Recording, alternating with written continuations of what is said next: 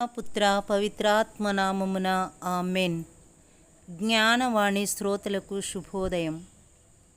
ఈనాటి ధ్యానాంశము పోర్చుగల్లు దేశపు పునీత ఎలిజబెత్తమ్మ రాణి. శాంతి స్థాపకులు ధన్యులు, వారు దేవుని కుమారులనబడుదురు. మత్తయి గారు రాసిన శుభవార్త 5వ అధ్యాయము 9వ వచనము.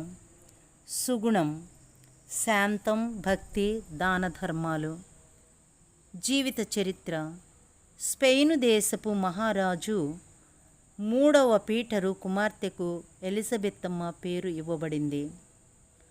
హంగారీ దేశపు పునీత ఎలిజబెత్తమ్మ, ఈమె అత్త గౌరవార్థం ఈ పేరు వసగబడింది.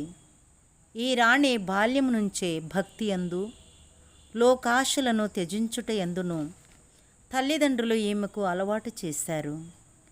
12వ ఏట ఈమె వివాహం పోర్చుగల్ రాజు డెనిసుతో ఘనంగా జరిగింది.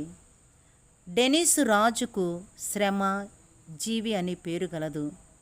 ఈయన తన దేశానికి అమూల్యమైన సేవలందించాడు. కానీ రాజు అనైతిక జీవితం వలన పోర్చుగల్లు రాజ్యములో అన్యాయం, అక్రమాలకు అంతు లేకుండా పోయింది. యువరాణి క్రమేపీ ప్రార్థన, ఉపవాసం, దాన ధర్మాలతో జీవితాన్ని గడుపుతూ ఆదర్శ క్రైస్తవ తల్లిగా పేరు పొందింది. యువరాణి మంచితనముతో తన శత్రువులను కూడా ఆకర్షించింది. వివాహానంతరం 14వ ఏట భర్త డెనిసు పశ్చాత్తాపపడి క్రీస్తును రక్షకుడిగా అంగీకరించాడు.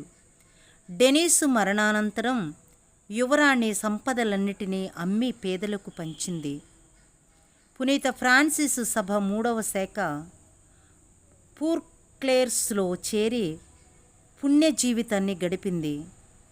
కొడుకు అల్లుడి మధ్య వివాదాన్ని రూపుమాపి శాంతి నెలకొల్పింది.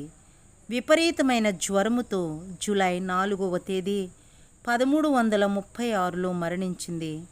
1626లో ఈమెను పునీతురాలుగా ప్రకటించారు. అన్వయం.